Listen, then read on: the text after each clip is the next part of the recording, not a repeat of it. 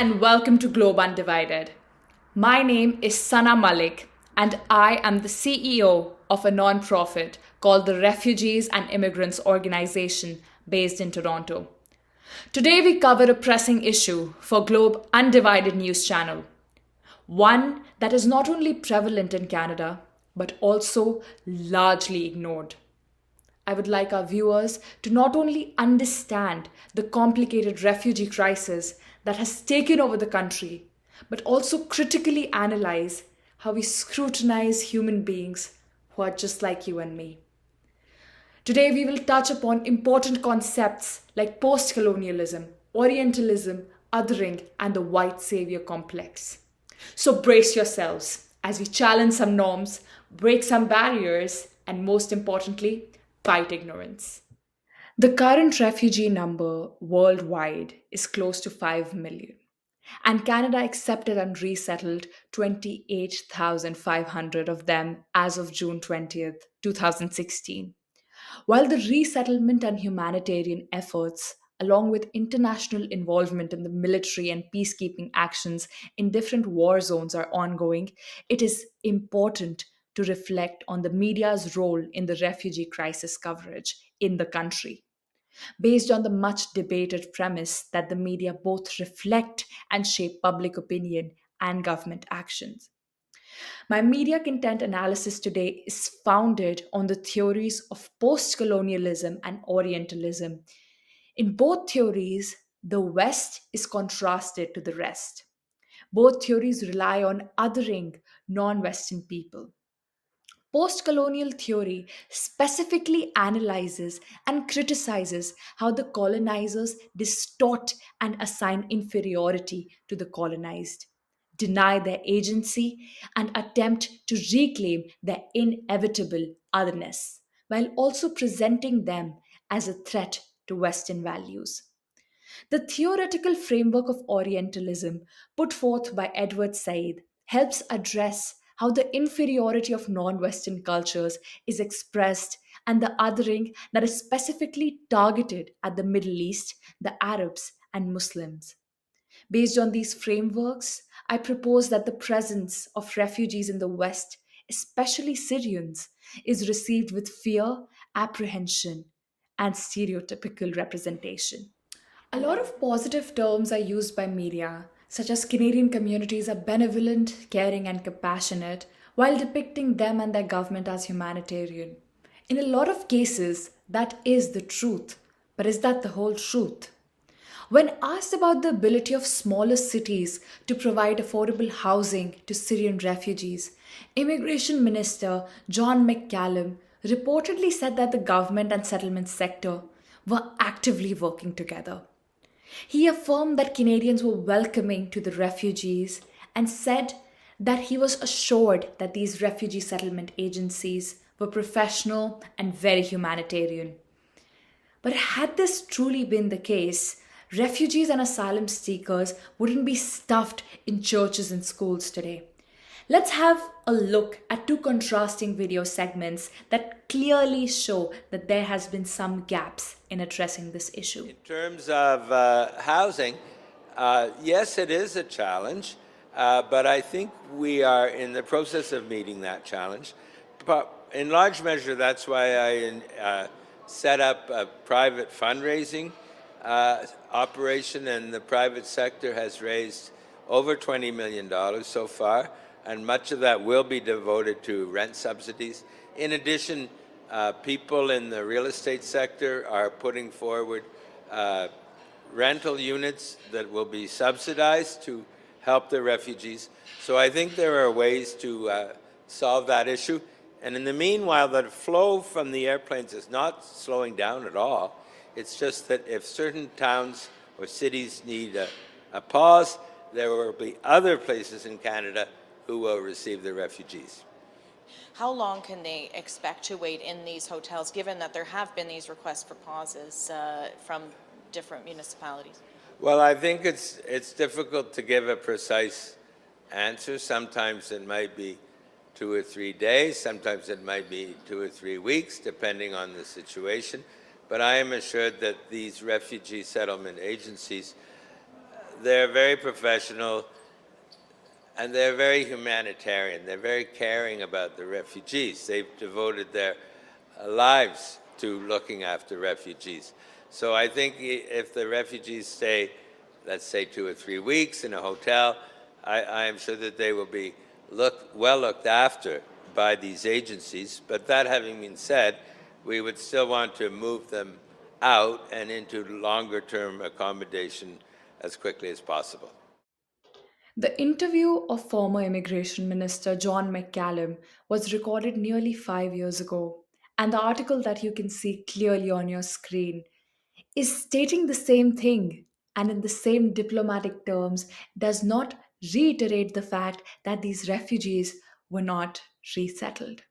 They are being pushed around hotel to hotel, school to school, because while Canada has that benevolent stance on, it really isn't resettling these refugees. It really isn't standing up to its promises to them.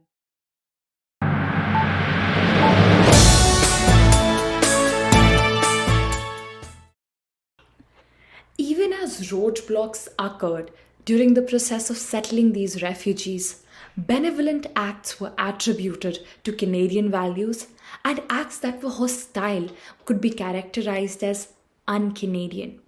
For example, after the incident of pepper spraying of Syrian refugees by a man on a bicycle in Vancouver, Prime Minister Justin Trudeau tweeted, quote, "This isn't who we are and doesn't reflect the warm welcome Canadians have offered," unquote.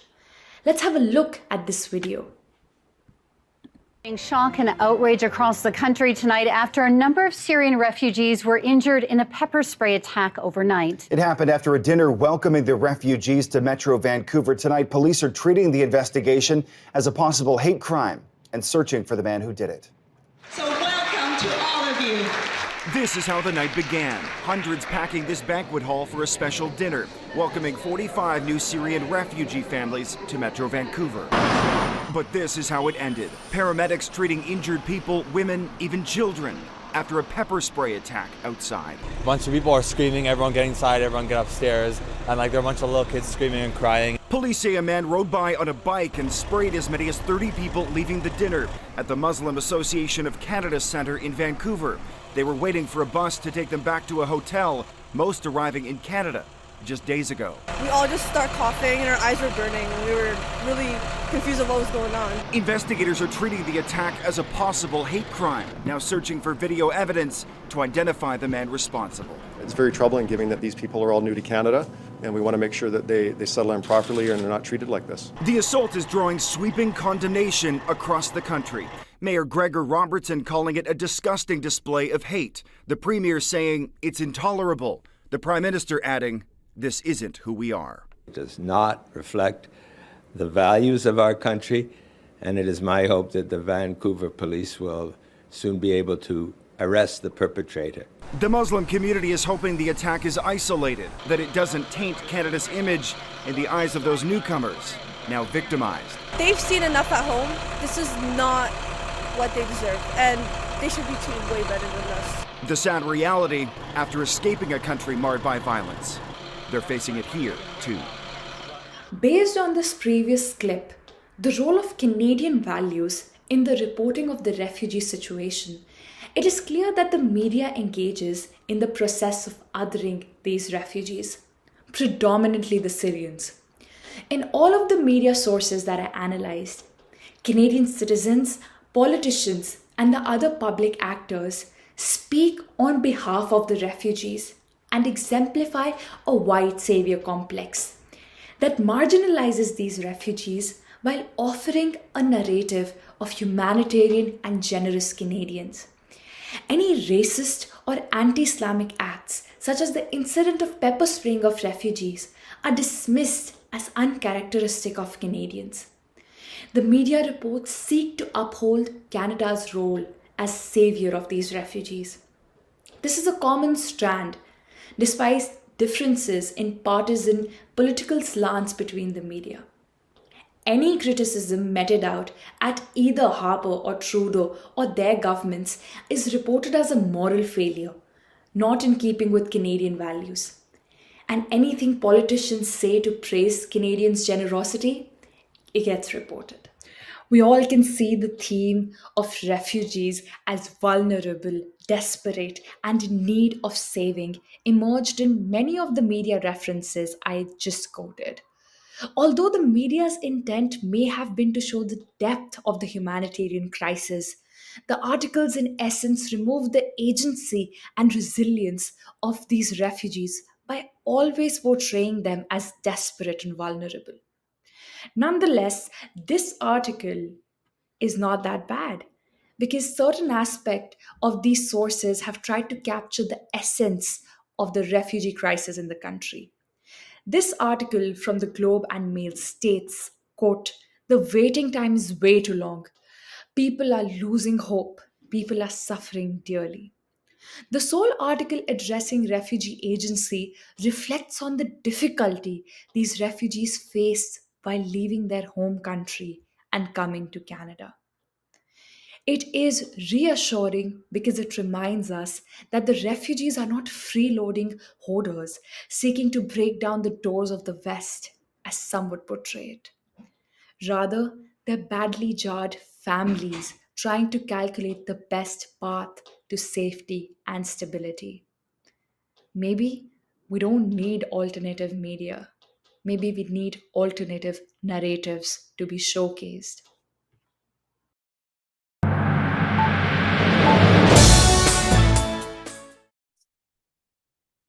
Yeah, that's a very great question. Thank you for asking.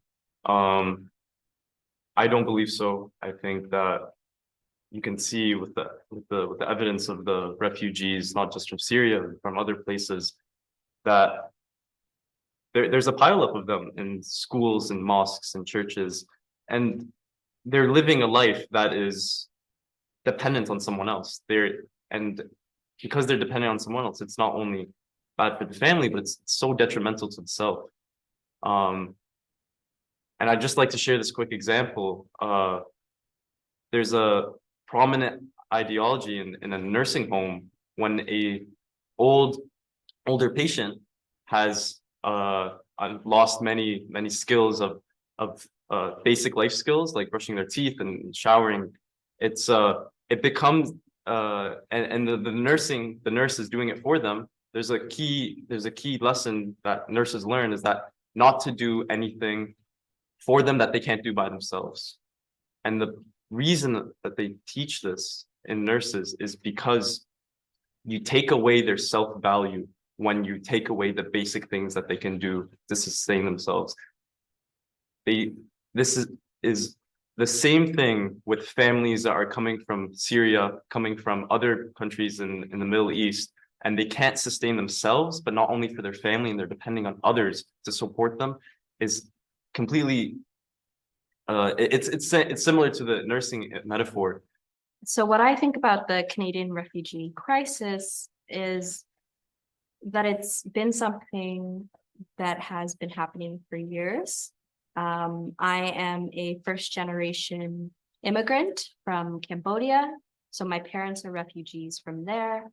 They resettled to Canada around the late 80s after the Vietnam War and the Khmer Rouge, so war-related conflicts back at home. So currently, even on, say, social media and Instagram or for Canadian news, a lot of it has been blocked.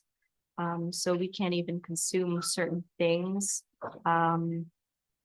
Due to my journalism background, I try to focus on local news because, I'll say that part again.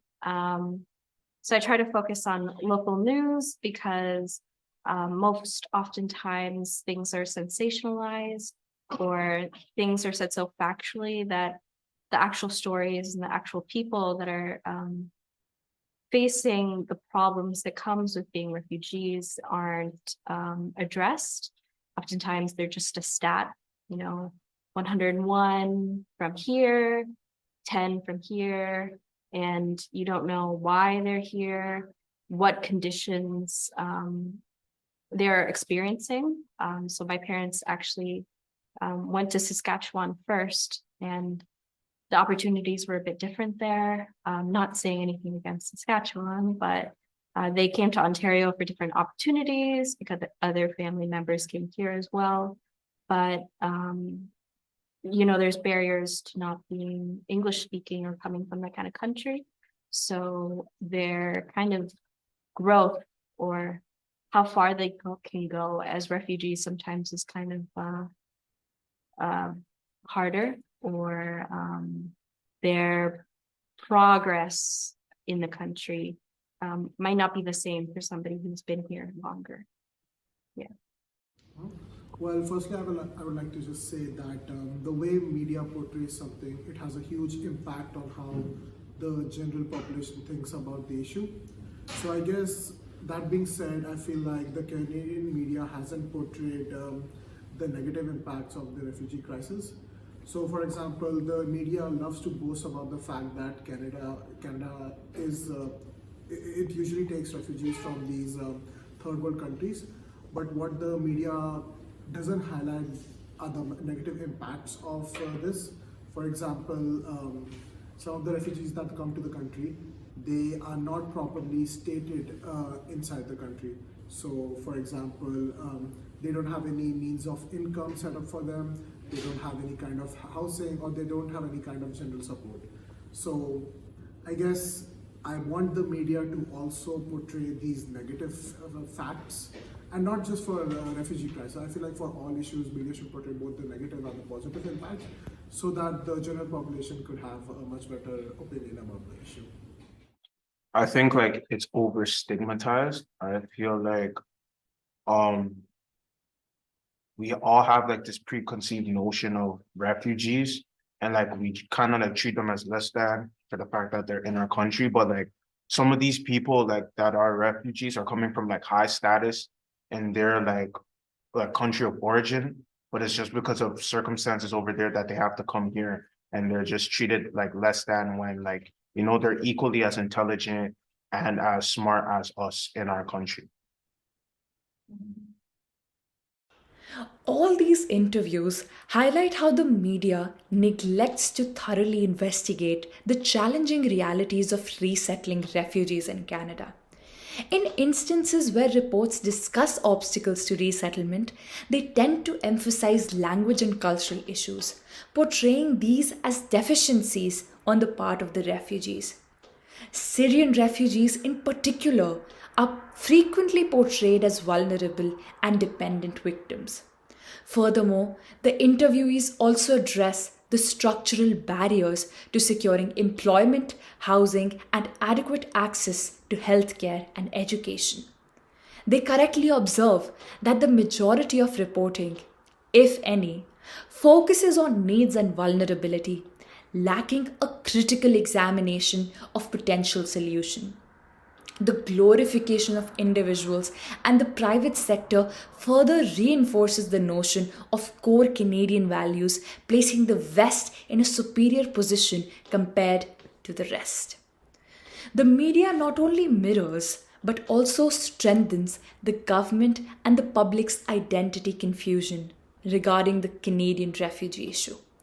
While the media often speaks positively about the openness and generosity of Canadians, it simultaneously perpetuates an inaccurate and misleading portrayal of refugees as positioned on a spectrum between being needy and lacking agency, as well as potential threats.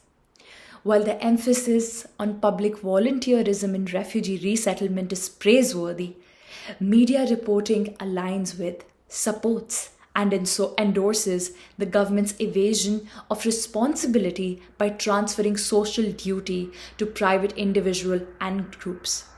The glorification of Canadian values directly aligns with the neoliberal idea of individuals as architects of their own destinies. This conclusion underscores that the role of Canadian media is far from being an uncritical conduit for upholding prevailing values and ideologies. With this, I will take a leave.